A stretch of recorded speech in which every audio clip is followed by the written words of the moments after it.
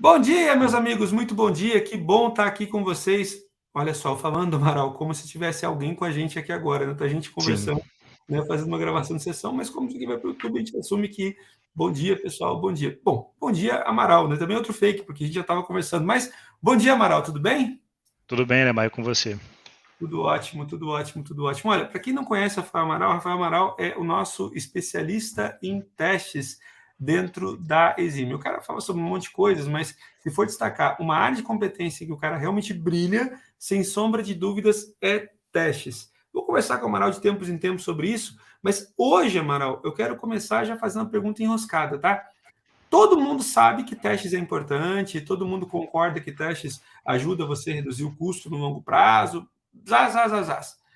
Por que, afinal de contas, então, ainda é tão difícil achar no mundo real gente que faz testes, ou pelo menos testes do jeito certo? É uma excelente pergunta, tá? É, é uma coisa difícil de determinar nos clientes que eu vou. Eu acho que é um conjunto de fatores, tá? Muitas das vezes é uma questão de conhecimento, de saber como fazer os testes, só que isso tem muito material na internet, então isso sempre me trouxe um questionamento de se, cara, será que é isso mesmo? Mas tem esse gap de conhecimento.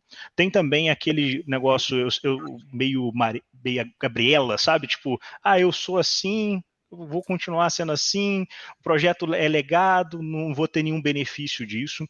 Então, pode ser até uma preguiça, vamos dizer, nesse sentido, tá? De pegar e trazer isso para dentro do projeto e fazer ele funcionar. E o terceiro, sem dúvidas, é a dificuldade de saber defender isso, porque eu vejo pessoas defendendo teste pelo lado errado, sabe? E é um lado que não toca o coração de quem realmente toma a decisão se nós vamos ou não fazer teste, que normalmente é a área de negócio, né? Então tem esses três fatores que eu acho crucial, que dificulta bastante. Isso aqui, deixa eu ver se eu consigo mais ou menos encaixar a coisa, né? Você fala Uhum. que o primeiro obstáculo para as pessoas não escreverem testes é as pessoas não sabem escrever teste, né? Então, Sim, poxa, se as pessoas soubessem produzir testes, elas produziriam testes. Como elas não sabem, elas não fazem. E aí você mesmo levando um questionamento interessante. Cara, em pleno ano da graça de 2023, com tanto material disponível, com tanto tutorial, com tanto curso, com tanta consultoria, né? Aliás, aqui fica a dica, né? Hashtag fica a dica, com tanta consultoria que pode te ensinar, cara, essa não é exatamente uma boa justificativa. Aí você traz um outro ponto, cara, olha, eu tenho uma resistência cultural. Essa resistência perfeito. cultural, às vezes, travestida de argumento técnico, né? Tipo, cara, eu tenho uma solução legada, essa solução legada tem baixa testabilidade, né? É Perfeito. muito complicado. Já tentei fazer testes no passado e cara, como não quero admitir a minha própria incompetência de fazer, deixa eu botar a culpa na solução. E a Sim, terceira que você traz para mim, ela traz uma pitadinha de polêmica, né? Porque o pessoal mais rebelde, não é rebelde, o pessoal mais incisivo, né? Costuma dizer que, cara, a decisão sobre fazer testes ou não é meu código, minhas regras, né? A decisão sobre fazer testes ou não deveria ser do time sim, técnico, que time de negócio que se metendo. Mas a ponta cara, no final do dia a conta tem que fechar, né? E você tem que mostrar, de certa forma, que o investimento de fazer testes e investir em ferramentas também faz fechar. E aí você traz que, poxa, um problema também grande acaba sendo a falta de habilidade, né? De quem trabalha nas áreas técnicas de gerar a comoção por estar utilizando muitas vezes o argumento que, como você disse, não toca o coração. Eu diria até que quase sentido inverso, e ver se meu entendimento faz sentido, cara. A causa primeira, você vende mal a ideia de fazer teste dentro de casa. A segunda perfeito. causa, cara, você tem que quebrar uma barreira cultural. E a terceira, cara, você tem que ensinar as pessoas. Seria mais ou menos essa sequência para você também, ou discordo? Exatamente, exatamente, Lemar. Porque se você não consegue convencer quem financia, você não vai conseguir convencer quem tem aquela resistência a aprender, tá?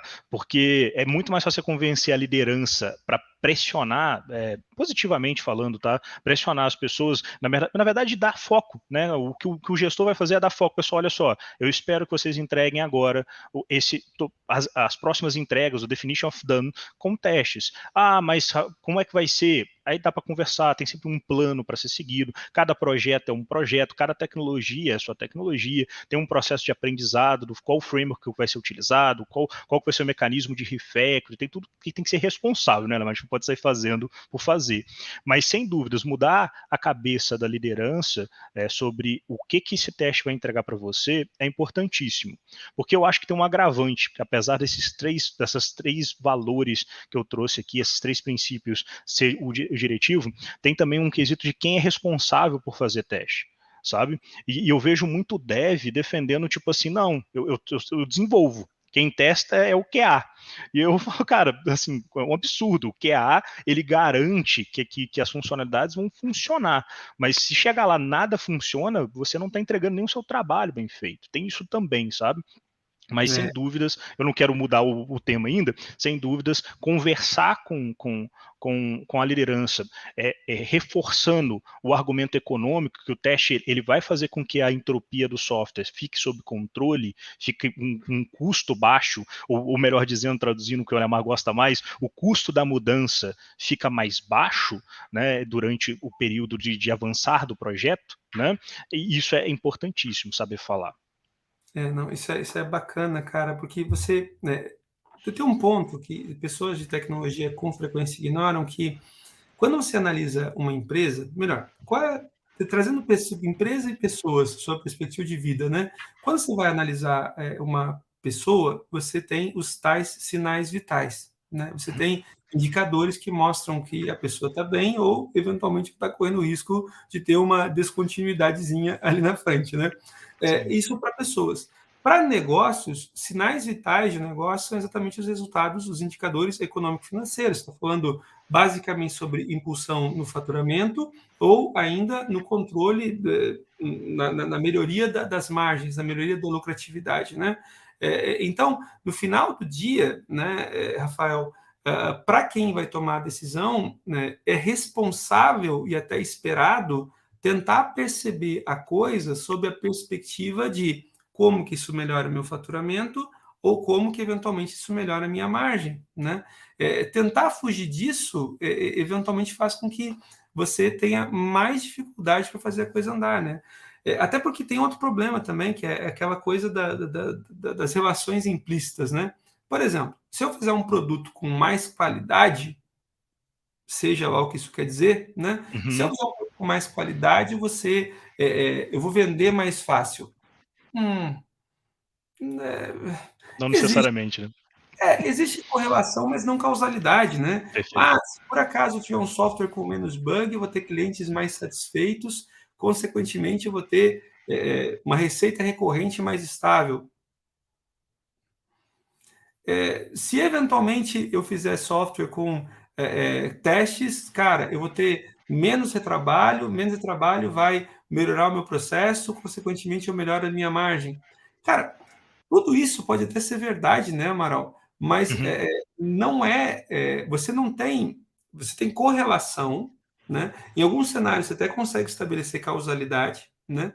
Mas tem muitos elementos, né, que podem fazer com que a eficiência daqui a pouco você ganha com testes, você perca fazendo outra coisa errada, né? Então é muito complicado você estabelecer essa relação tão direta, ou pelo menos de maneira tão simples, tão simplória, melhor dizendo. Sim, sem dúvidas, assim, e eu acho que o melhor argumento que você pode fazer, e que eu acho que todo mundo menospreza, é que o software ele está sempre mudando, né, é relevante, as leis de Lehman, né, Lemar, que você gosta bastante, então o software sempre vai mudar e a complexidade é sempre crescente, tá? Então, assim, hoje, o custo de fazer um teste manual, ele pode ser aceitável, mas de acordo com que o projeto for avançando e a complexidade for aumentando, esse custo ele começa a ficar exponencial, ele começa a crescer, a atender o absurdo. E sem contar que tem um time to market, tá? Quantos clientes que eu já fui que tem lá o QA fazendo o teste manual para fazer todo o negócio, não tem nenhum tipo de teste automatizado e, cara, o produto deveria ter entrado 2, 3, 4 dias anteriores e não vai entrar, porque o QA não acabou. A não ser que a empresa vai lá e force a barra e fala assim, não, vamos assumir o risco. Então, Isso sem dúvidas, tem muito mais valor do que eu falar assim, não, olha, se eu fizer 80% de coverage, de cobertura e com teste de unidade, com certeza o meu produto tem mais qualidade. Eu falo assim, olha, cara, com certeza o seu cliente não vai saber disso e não vai perceber isso, tá? Ele vai perceber quando falhar, que é aquele negócio. Quando falhar, ele vai saber. E para o cliente, para o usuário, falhar é inadmissível, não deveria acontecer, né? Eles toleram, mas para eles não deveriam acontecer. Então, sem dúvidas, o argumento melhor para se fazer nisso é ir para a estrutura econômica da empresa, né? A gente já tem até as pirâmides, né, de teste, que é a de 2012 ali, do Markov, que faz ali a distinção de qual a quantidade de testes recomendadas para cada tipo, porque testes são variados, né, Lemar? Tem um mundaréu aí de coisa para ser decidido. E sem dúvidas, saber também escolher qual o tipo de teste é importantíssimo. Você tem uma visão dessa pirâmide, não? Dá para a gente poder compartilhar essa visão aqui. Eu acho que é interessante para as pessoas poderem acompanhar. Eu vou aqui compartilhar a tua tela, estou vendo que você já trouxe ela para a gente.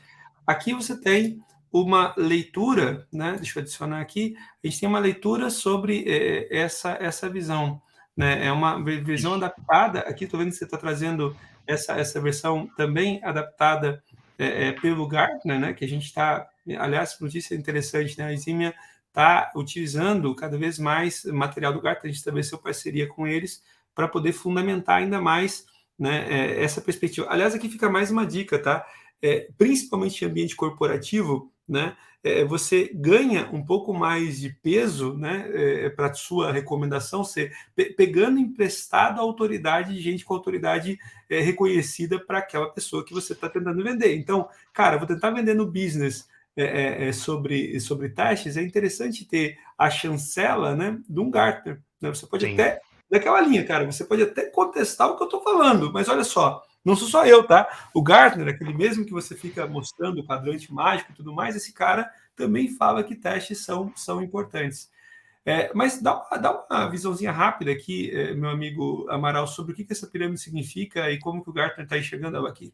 Perfeito, perfeito. Vamos interpretar primeiro por que é uma pirâmide, né? Então a base da pirâmide vai dar a ideia de quantidade, né? Como as bases vão subindo. Quanto mais abaixo, né, maior é a quantidade de testes que você tem que ter daquele tipo, né? Quanto mais acima, menor é a quantidade. Então, isso é uma coisa importante. A outra coisa que ele estabelece aqui, que na base da pirâmide a gente tem testes de unidade a nível de componente, então é o teste de unidade padrão, né, que todo mundo já deve conhecer.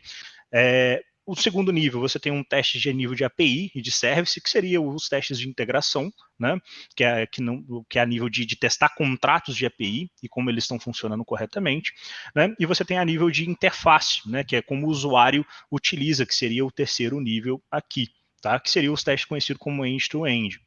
Do lado esquerdo, a gente tem ali exatamente o tempo de execução, né? Então, quanto mais acima na pirâmide, mais lento é a execução desses testes, por consequência, maior é o impacto deles durante o desenvolvimento. Então, se eu executar um teste end-to-end toda vez que eu fizer uma mudança, sem dúvidas isso vai impactar o meu tempo de desenvolvimento, porque um teste end-to-end pode demorar de 1 minuto a 2 minutos, a 3 minutos, então o dev ele vai ficar ali tomando um cafezinho enquanto o teste está executando, né?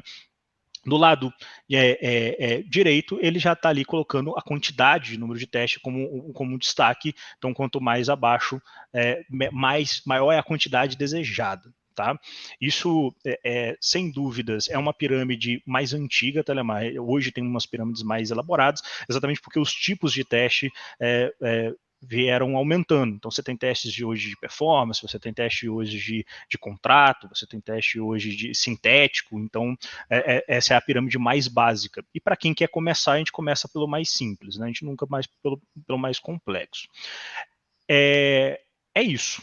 É isso. Não, aqui tem alguns pontos interessantes, cara. Tem alguns insights interessantes que a gente começar a perceber. Sabe que ontem eu estava com uma discussão bastante intensa, inclusive com uma turma de padrões de projeto, né? E em dado momento eu falava que, cara, uma das coisas que deve drivar principalmente a ênfase de onde você deve colocar testes. Eu gosto sempre de usar acoplamento como referência. Então, aqueles componentes que têm acoplamento aferente mais destacado, ou seja, que tem mais gente utilizando, mais ou seja, que podem ter um impacto maior, onde falhas podem ter um impacto maior sobre o sistema, esses componentes deveriam ser os primeiros a ser testados. Então, tem uma coisa de prioridade.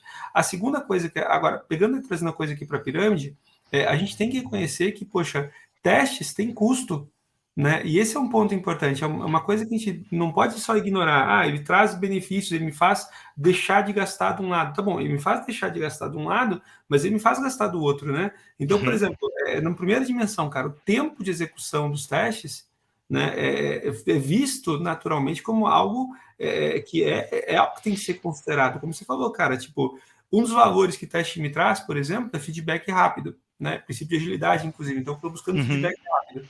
Cara, um teste de unidade pequenininho, localizado, vai ser algo que vai me dar feedback muito rápido. Eu consigo, inclusive, utilizar com as ideias modernas, eu consigo ter ferramentas de automação de que eu consigo executar esses testes o tempo inteiro, continuamente, e ter um feedback visual na própria ferramenta quando o dev faz alguma coisa, que faz algum teste quebrar, poxa, tem um alerta vermelho, cara, isso aqui vai dar problema, né? Agora, por exemplo, um teste de camada, um teste de integração, um end-to-end lá em cima, cara, esse teste demora muito tempo. Então, qual é a vantagem de eu ter um teste end-to-end automatizado? Cara, principalmente para quê? Para não ter aqui a demanda de fazer esse teste de maneira manual todas as vezes, até porque se eu fizer de maneira manual, invariavelmente eu vou demorar ainda mais tempo, né? E, além disso, também eu tenho, obviamente, as imprecisões da execução do teste, que pode ser algo que eu não queira fazer.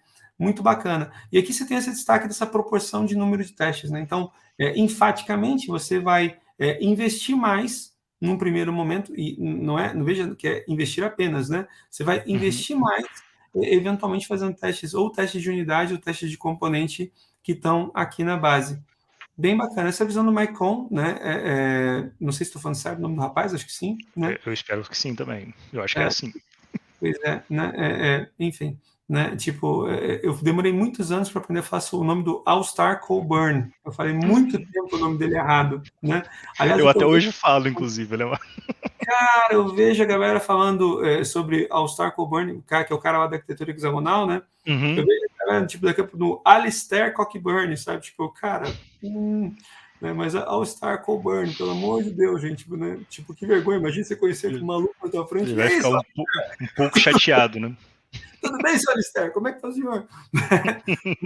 Mas, enfim, o ponto todo, de novo, né? E pensando sobre a perspectiva que o Gartner está trazendo aqui, o Gartner traz uma perspectiva especificamente de eficiência, né? Eficiência e eficácia, eles desdobram essa visão aqui para você ter alguns critérios indicativos, né?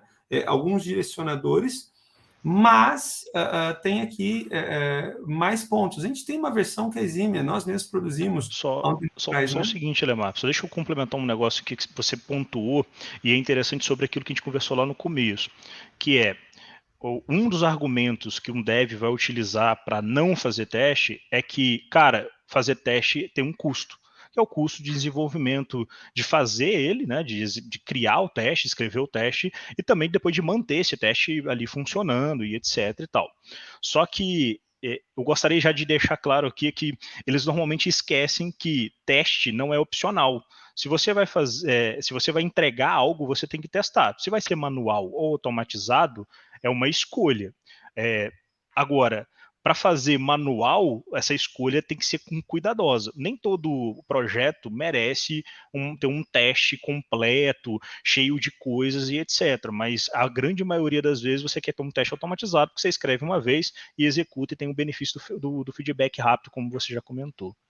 Aqui tem um ponto importante, tá, Rafael Amaral? Existe um mundo ideal, existe um mundo real, né? No Perfeito. mundo ideal, eu parto do pressuposto, né? Eu parto do pressuposto de que você testa aquilo que você faz, né? Perfeito. Esse é o mundo ideal, né? Isso é uma empresa, um comportamento que a gente diria que seria um comportamento ético, acertado, ajustado, né? Aí nós temos que entrar no mundo real. O que a gente acaba encontrando no mundo real? A gente enxerga no mundo real janelas de entrega, né, cada vez mais encurtadas, né? Você tem pressão, às vezes internas, às vezes externas, para você poder entregar mais rápido, né? E muitas vezes, uma vez eu vi alguém falando sobre Cause Engineering, né? E a pessoa mencionou que, quando eu mencionei que Cause Engineering é você testar em produção, a pessoa disse assim, então, nós vivemos no caos, nós temos Cause Engineering há muito tempo, porque faz muito tempo que a gente testa mesmo aí na produção, entendeu? Tipo, Uhum. enfim, o pessoal faz... Cara, a gente tem um talento para distorcer as coisas que é uma coisa incrível, né?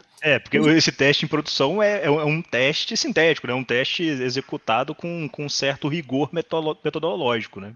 Não é Óbvio. simplesmente vou clicar aqui e vou rezar que vai funcionar, né? O Tartari, que fala muito sobre SRE, fala que tem uma máxima do SRE que eu gosto muito, que é esperança é uma péssima estratégia, né?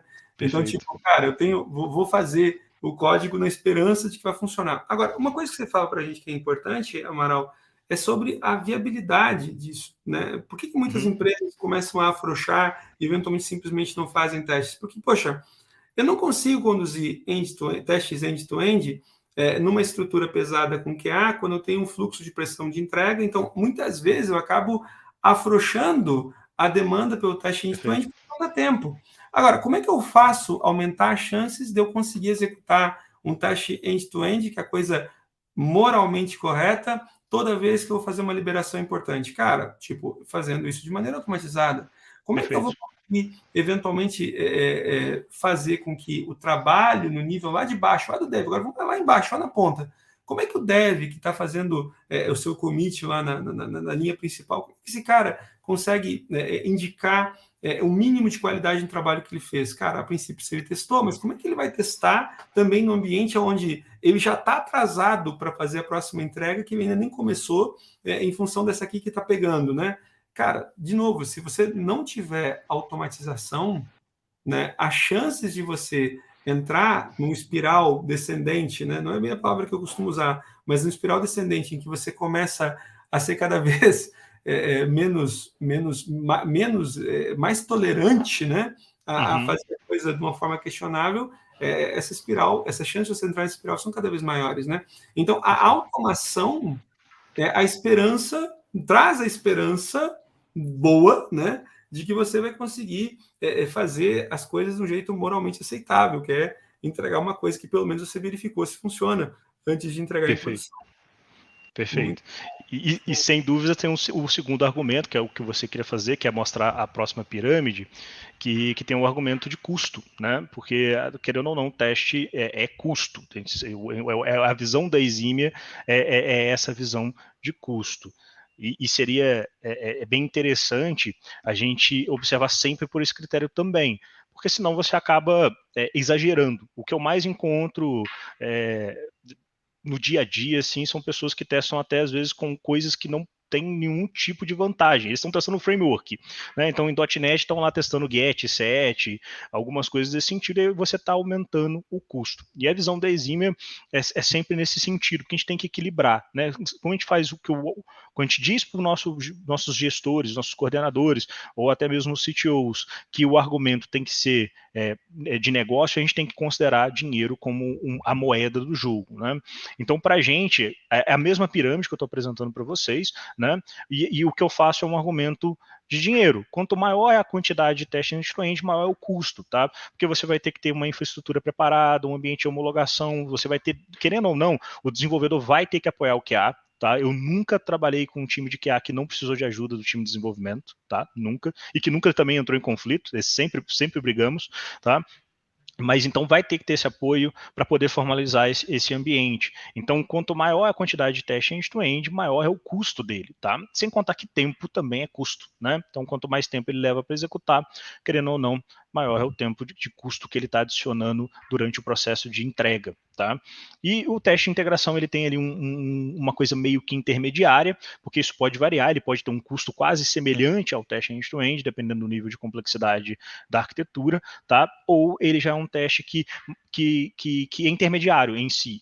Mas ele tem uma cobertura maior, né? Ele cobre o nível de interface, então ele garante que as funcionalidades, as microfuncionalidades dos componentes estão funcionando no arranjo, de acordo, né? Mas ele tem um custo mais elevado do que um teste de unidade, o teste de unidade ele é o mais barato e ele é o mais fácil de executar. Então, o ideal, quando você está começando um projeto Greenfield, é começar pelos testes de unidade, né? Porque aí você já começa bem barato e já consegue ter um benefício de ter isso dentro da sua estrutura. Agora, por consequência, quando você está falando de um projeto legado, né, de um projeto principalmente com uma tecnologia antiga, você queira fazer uma estratégia invertida, né, começar ali para um end-to-end. Isso é um papo para um outro dia, tá? Mas só para vocês terem noção que não, só o fato de ser mais caro não quer dizer que é errado, tá? Mas é errado você só utilizar o mais caro. Isso com certeza é. Um ponto interessante também, né? E sobre a coisa, ampliando um pouco até a visão da pirâmide, trazendo até dentro dessa sequência para a gente poder, enfim, definir o que fazer primeiro. Ontem, de novo, eu estava conversando com um time de desenvolvedores e eu sempre digo que o indicativo de senioridade, né, o principal indicativo de senioridade não é o quanto que você consegue ajudar o time, ou o quanto que você sabe sobre o negócio, o quanto que você sabe sobre determinada tecnologia, né? Eu sempre digo que a principal diferença entre um sênior e um pleno é que o pleno, sem sombra de dúvida, sabe fazer o certo, mas o sênior entende a necessidade e principalmente consegue se preparar para fazer errado, entre aspas, esse errado aqui, né? Essa capacidade de reconhecer o errado, eventualmente dá para o sênior, né, essa capacidade de entregar mais valor e, consequentemente, também trabalhar com mais autonomia. Mas aqui tem um ponto importante, Amaral, eu quero trazer aqui para a discussão, porque mesmo dentro desse cenário que a gente tem aqui de você ter como você está destacando aqui, uma sequência dos tipos de teste, dentro dos próprios testes, eventualmente você tem de novo um ranking de prioridade, né? Eu quero mostrar, vou compartilhar aqui uma visão, deixa eu ver se eu consigo fazer, né? Porque a gente está dividindo a coisa e quem sabe faz ao vivo. Tem um texto, né? Por exemplo, quando você faz deliberadamente, né, a opção de escrever código sem escrever testes, você está adquirindo o que a gente chama de dívida técnica, né? Porque, cara, você está deliberadamente, às vezes, sacrificando algum atributo de qualidade, né, para poder eventualmente garantir entrega, você vai ter um custo de manutenção mais alto, essa coisa toda. Agora, quando você começa a analisar repositórios, quando você faz uma análise nos repositórios dos codebases, você quase sempre enxerga mais ou menos essa distribuição aqui. Essa distribuição aqui é interessante porque esses números aqui no eixo horizontal, eles mostram a quantidade de arquivos no repositório, que eu estou utilizando o servidor do RavenDB como referência, e aqui eu tenho no eixo vertical a quantidade de commits que cada um desses arquivos recebeu ao longo de um determinado intervalo de tempo. Geralmente, esse tipo de análise ele é feito no intervalo aí de 3 meses, né? Você pega um intervalo de 3 meses para poder fazer essa análise um pouco melhor. Cara, o que acaba acontecendo? Você sempre encontra mais ou menos essa tendência, tá? Você tem 5% dos arquivos ou menos que representam, aqui no caso, 3% dos arquivos tem, cara, 50% dos commits, aqui no caso, 50% dos commits aconteceu em menos de 10% da base, né? Então, consequentemente, quando você fala sobre testes de unidade, né, você tem que analisar a coisa sobre essa perspectiva também, né? Os arquivos ou os trechos do teu código que são modificados com mais frequência, essa é uma análise, ou então, pior ainda, que são modificados por mais gente, né? Esses arquivos que tem mais gente colaborando ou mais commits, geralmente uma coisa vem junto com a outra, esses arquivos são os arquivos que demandam mais testes de unidade também, né? Então, parece meio que desperdício, eventualmente desperdício, né? Você gastar tempo para ter um índice de cobertura tremendamente elevado aqui na cauda longa, né? Quando na prática a ação acontece aqui, né? Então, economicamente, o resultado vem antes aqui.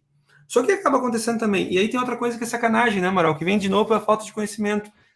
Cara, o que a gente vê na prática é que esses arquivos da cauda longa são assustadoramente também aqueles que têm geralmente melhor testabilidade. São aqueles que você consegue testar. Os arquivos onde você mexe mais são exatamente aonde você vai ter mais dificuldade para implantar esses testes, mas aonde você colhe mais valor. Então, eventualmente você pode utilizar a cauda longa para poder desenvolver as pessoas, e aí você trabalha lá naquela questão de, cara, aprenda a fazer testes, aprenda mexendo em arquivo que ninguém mexe, Mas, cara, para você ter a vantagem econômica, né? Você vai acabar tendo essa vantagem econômica mais forte trabalhando aqui nesse primeiro ponto, nessa primeira parte da amostragem, nessa Com primeira certeza. parte da curva. Faz sentido para você também, Amaral? Total, total, porque ali são os arquivos que têm o maior impacto, né? Então, se você falhar, você vai quebrar não só os componentes que você utiliza, mas o dos componentes dos colegas, que é aquilo que você falou, né? Mas quanto maior a quantidade de colaborador, também é muito importante. Quanto mais colaboradores alterando o código, quer dizer que maior é o acoplamento desse código com outros componentes, né? Então, sim, faz total sentido e é uma das formas de você definir uma estratégia a longo prazo de testabilidade. E sem dúvidas, o que você falou faz total sentido. Tem que tomar cuidado para não colocar pessoas que estão aprendendo. Comecei agora a fazer esse teste, comecei agora a entender o que é uma inversão de controle, comecei agora a entender como fazer uma estratégia de refactor com responsabilidade, colocar ela para mexer nos principais arquivos do sistema. Isso é pedir para que o teste vire o inimigo, né? Ele vai virar literalmente o problema e não a solução. Porque você vai tentar fazer toda alteração que você vai fazer, esse é o problema, né? Tipo, quando as pessoas falam, poxa, é bacana quando você tem um problema e você quebra o teste. Agora, é bacana se quebrar o teste, a perspectiva do teste falhar, da vermelhinho. O que não é bom é quebrar o teste na perspectiva de, cara, você vai compilar, vai buildar a tua solução e não builda porque o teste quebrou. Tipo, a referência falhou, o código ficou inválido. E aí você começa a perceber, poxa, eu tenho mais código para manter, eu tenho mais coisa para fazer, e isso acaba se transformando em problema. Agora, tem um ponto importante aqui também, né, Amaral, que a gente tem que também admitir. Esse processo de aprendizagem, ele não é um processo tão simples, né? Até porque com muita frequência, você falou antes sobre ter testes, sobre ter boas referências na internet, mas, cara, as referências na internet são o famoso fazer um teste para fazer a função de soma, né? Deixa eu passar 2 e 2, verificar se ele torna 4, né? Isso é tão Sim. desconectado. E pior, às vezes também a gente vê muitas. Eu sempre falo, né, Amaral, que para cada problema complexo existe uma solução elegante, inteligente e completamente equivocada, né? Isso é uma frase, Sim. um frasista famoso que agora esqueci o nome, mas, cara, outra coisa que é importante é você ver muitas pessoas trazendo, não, você vai fazer inversão de controle, você vai começar a resolver a coisa por injeção de dependência, e o que acaba acontecendo? Você começa a ver um monte de código sendo escrito para viabilizar um teste que no final do dia entrega pouco valor. Por exemplo, o Sim. cara vai fazendo um esforço gigantesco, por exemplo, para implantar testes em cima de um serviço de domínio que está basicamente orquestrando chamada repositório, mais um bocado de coisa. Aí você vai lá e cria inversão de controle por repositório, você faz um monte de coisa, e aí você vai olhar os testes estão escritos, tipo, essa função chamou essa outra, essa aqui chamou essa outra, tudo fica muito, muito superficial, né? Então, Sim, sim. acaba. O que eu falo com o pessoal, Alemar, é que no processo de mudança, né, que você está adequando testes para a sua cultura, nem sempre o que você vai entregar vai ser o mais elegante que existe. Sabe, às vezes você vai entregar um código que ele é feio, e pai de filho feio ninguém quer ser, né? Então, tipo, todo mundo fica meio receoso, não, se não for perfeito, e tem a falácia, né, que é a falácia do Nirvana, porque se não for para ser perfeito, eu não faço também. Não, gente, calma, existe um meio termo, você consegue gradualmente melhorando e sem dúvidas adicionando segurança no seu projeto, sem necessariamente fazer algo perfeito. E tá tudo bem, sabe? Tipo, a gente tá falando de um projeto legado, às vezes não é um projeto novo, às vezes é um projeto que a dor tá em algumas áreas só, alguns módulos. Não precisa ser perfeito, precisa ter teste em tudo. Isso é uma falha também de percepção das pessoas, de querer já começar, não, se não for para fazer tudo, e se não for para ser perfeito, eu nem faço. Cara, desculpa, você tá sendo um pouco radical. Uma radical, arrogante. Eu sempre brinco, né, Amaral, que falando especificamente da minha pessoinha, né, quando eu entro numa sala, se eu estou sozinho, a conversa é muito boa. Mas se o meu ego entrar junto, aí fica difícil, porque eu sou legal, mas o meu ego é insuportável, né? E pessoas de tecnologia costumam ter essa coisa, defesa do ego, tipo, poxa, eu vi o meu especialista, né? Eu vi lá o Rafael Amaral, eu vi o Elemar falando sobre a importância de testar e o jeito certo de testar. Então, se é para testar, eu quero ser testado assim, né? Se é para casar com alguém, eu quero alguém que me olhe como fulano olhou para, né? Então, tipo, a mesma coisa cabe aqui. Tipo, se eu quero testar, o que tem que testar perfeito, eu tenho que estar na distribuição já perfeita, eu tenho que estar num índice gigantesco aí de cobertura, eu tenho que estar... E, cara, uma coisa que a gente sabe também, né, Amaral, que todo processo de aprendizado implica necessariamente em fazer as coisas do jeito errado por um tempo, né? Então, você precisa aceitar a ideia de que você vai começar com alguma ineficiência, você tá fazendo um processo de mudança cultural, né? Então, você vai começar com alguma coisa feita de uma forma não tão perfeita, não tão ajustada, eventualmente vai ter coisa que você vai ter que jogar fora e fazer de novo, porque faz parte do aprendizado, mas no final, né, a promessa, pelo menos, é que você consiga ter um processo que é economicamente, econômico e financeiramente vantajoso, né?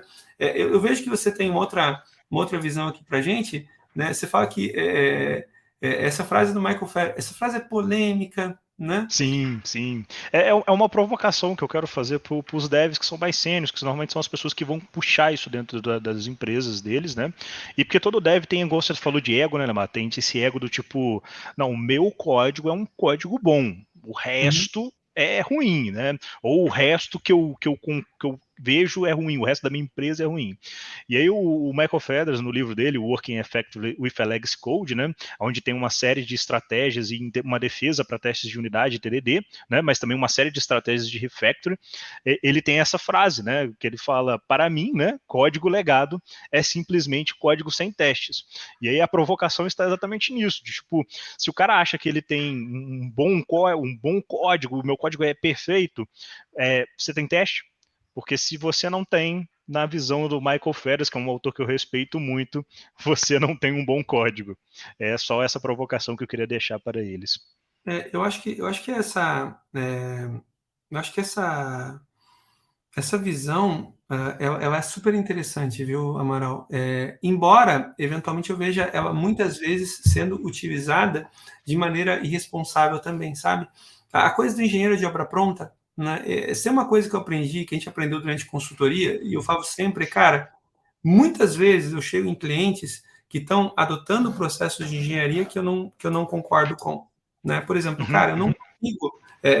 nós temos clientes, né, Amaral, que tem bases de código que estão suportando negócios aí de múltiplos milhares de reais sendo faturados todos os dias, né? Em cima de código que eventualmente, por exemplo, não tem testes, né? E isso, para mim, também traz a seguinte reflexão, né? Primeira reflexão, cara, se o código dos caras está parando de pé, de alguma forma que eu não consigo entender, primeiro, tem alguma coisa no processo deles que é melhor, não é tão ruim quanto eu acho que é, né? Perfeito. E segundo, tem alguma coisa no que eu estou recomendando por padrão que talvez não seja tão bom quanto eu penso que é também, né? Porque essa ponderação, né? Agora, o ponto importante, eu acho que essa talvez seja outra discussão para o business, e é o tipo de approach que a gente usa muito na Exime, cara, não é porque essa tua estratégia, essa tua forma de agir, esses teus processos conseguiram te trazer até aqui, né? Isso é mérito seu, isso é mérito do seu processo, é mérito do seu negócio, mas tem sérias questões de se esse jeito vai continuar te autorizando a ir para frente, né? Tipo, cara, vou conseguir... poxa, vivi até hoje sem testes, que bom, mas será que você vai conseguir dar os próximos passos? Será que como empresa você não vai começar a andar de lado, né? Porque tem outra máxima também que eu gosto muito, Amaral, de analisar, que é o seguinte: geralmente, isso aqui é um proxy, né? Como todas as métricas que você pega, você tem bons proxies, né?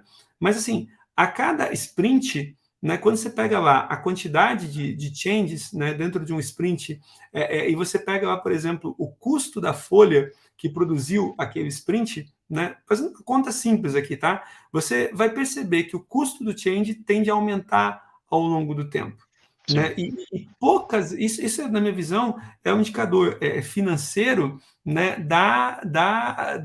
dessa visão de engenharia. Como é que eu trago essa coisa para o pessoal de negócio? Olha aqui, gente, ó, o nosso custo lá atrás com esse time era tanto para poder fazer esses changes. Agora, você começa a ter esse custo desse change sendo cada vez mais alto.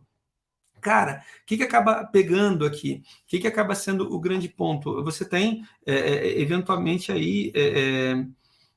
você acaba tendo aí, eventualmente, uma oportunidade de deixar para claro para o seu negócio que, poxa, não são as pessoas que estão mais mal intencionadas são efetivamente você vai ter, não as pessoas sendo mal intencionadas, mas você tem uma falha de processo para poder trabalhar e atualizar.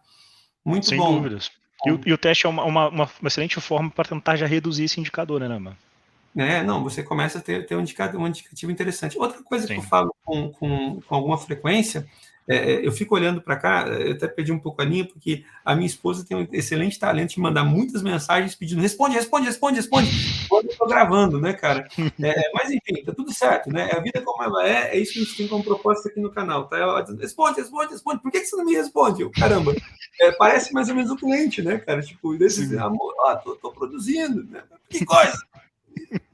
Cadê o seu compromisso comigo? Né? Enfim, Pois é. né? Agora, o ponto interessante também aqui, Amaral, para a gente também botar aqui mais um temperinho ainda nessa discussão, né, ainda com relação a essa indicativo dos testes e processos e maturidade, você estabelecer também um processo de governança. Acho que isso pode ficar para uma outra conversa, né? Porque você fala sobre implantar testes, mas não é um processo, beleza, agora eu tenho testes e acabou meu jogo, né? É eu continuar tendo bons indicadores que me mostram ao longo do tempo, economicamente, qual é o retorno de investimento que eu estou tendo, né? Eventualmente, como é que eu estou mantendo sob controle o custo, né, das minhas changes. Esse processo de governança é um processo importante. Além dessa visão, entretanto, desse processo de governança, é interessante também falar sobre, cara, como que eu implanto essa mudança, né? E aí existe toda uma adequação. Eu sempre digo que para qualquer coisa que você queira fazer de diferente dentro de uma cultura, você tem que adotar duas atividades chaves. Uma é familiarizar as pessoas com, né? Então, pegando os 3 níveis, cara, eu preciso familiarizar a gestão com a ideia dos aspectos econômicos relacionados com testes, eu preciso familiarizar as pessoas com relação ao que é importante se testar no legado e como é que você eventualmente retarda o envelhecimento do legado, né? E a terceira, eventualmente, eu tenho que familiarizar as pessoas com as dinâmicas para poder também trabalhar com a educação delas. Tendo familiarizado, aí eu entro numa segunda atividade que é chave para a mudança cultural, que é a da facilitação.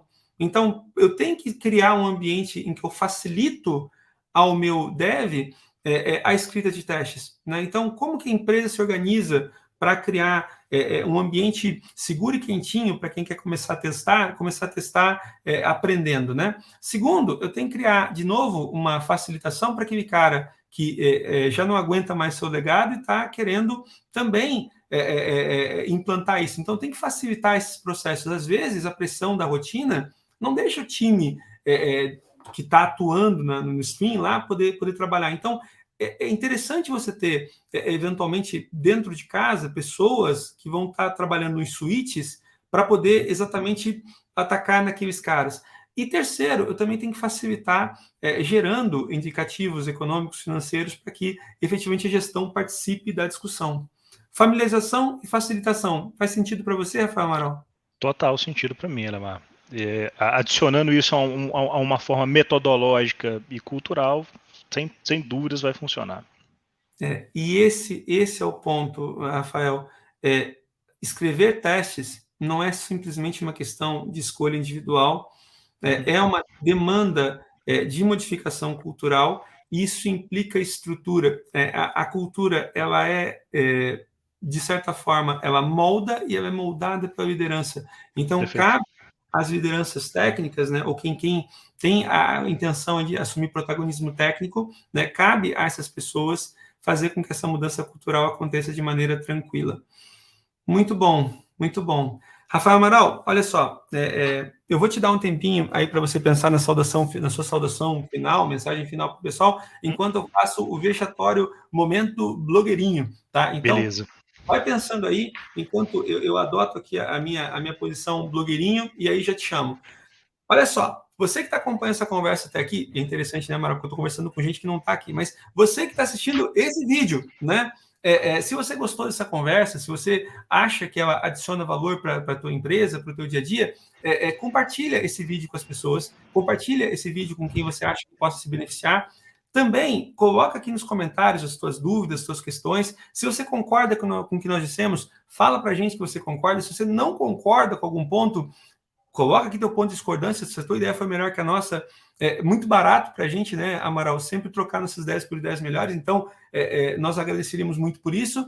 Se tem algum ponto que você gostaria de destacar, da Realce, coloque esse ponto de destaque, questões adicionais que você gostaria de ver debatidas com relação a testes, traz essas questões. Rafael Amaral é especialista, a gente vai falar sobre isso muitas vezes aqui no Exime Talks, é só a primeira, a gente já falou sobre testes no passado, mas agora, de uma maneira disciplinada e continuada, a gente vai falar muito sobre testes por aqui, então compartilha aqui com a gente também as suas impressões. E óbvio, seguindo o rito do YouTube, né, não deixa de se inscrever no canal, né? Te inscreve no canal, ativa as notificações, clica no sininho, eu acho que tem um tal de sininho que as pessoas sim. Curte e compartilha. E é isso. Mas, enfim, esse é o momento blogueirinho, vergonha alheia, né? Depois eu tenho que aprender os gestos, né? Assim, né? Enfim. Tá aqui, tá ali, nunca se sabe, né? Rafael Amaral, querido, então, saudações e mensagem final para o nosso pessoal. Bom, pessoal, agradecer o Olemar aí pela exposição, é sempre interessante conversar sobre um tema que eu gosto muito e defendo muito. Para quem tiver alguma dúvida, quiser falar comigo, pode entrar em contato comigo no LinkedIn, é lá onde eu estou fazendo também uma série de posts e coisas pequenas, mas muito mais orientado à arquitetura e a testes. Eu gosto de falar de arquitetura também, mas pode me mandar uma mensagem lá, sem dúvidas, eu também irei respondê-los com o mesmo frescor e amabilidade que eu tenho aqui com o Edemar. Podem ficar à vontade. Olha só, frescor e amabilidade. Olha só, são adjetivos interessantes. Muito bem, muito bem. Aqui, mais uma advertência, tá? Ou advertência não, na verdade, uma oferta, né? Se você está precisando, eventualmente empresário ou líder técnico, você precisa de ajuda para estabelecer dentro de casa processos para familiarizar e facilitar a introdução de testes e quer fazer isso do jeito certo, a gente tem experiência fazendo e ajudando empresas a fazer, tá? Então, Rafael Amaral e eu e o meu time, nós vamos ter a maior satisfação aí em criar processos de familiarização para instruir as pessoas, capacitar, treinar mesmo, né, no sentido mais prático, eventualmente pegando pela mão, né, Amaral, na escrita dos primeiros testes, na estrutura do processo, e integrar isso com o processo de build, daqui a pouco você combina isso, uma coisa puxando a outra, né? Você consegue eventualmente tornar o teu processo de build contínuo em integração, enfim, você consegue fazer isso do jeito certo. E, cara, a gente também vai ter prazer aí também em, além de familiarizar, facilitar e criar essas capacidades, né, essas capabilities dentro da tua organização. É o que a gente faz na Exímia. Eu acho que para esse primeiro papo temos um bom tamanho, né, Amaral? Daqui a pouco, mais uns dias, a gente produz aí uma segunda conversa para falar mais sobre testes, vamos falar mais sobre esse tema que é tão, tão importante. Isso então, Amaral? Então, vamos fazer aquele tchauzinho para dizer tchau para as pessoas. Tchau, tchau, tchau, tchau. Que coisa ridícula, cara. Até a próxima, pessoal.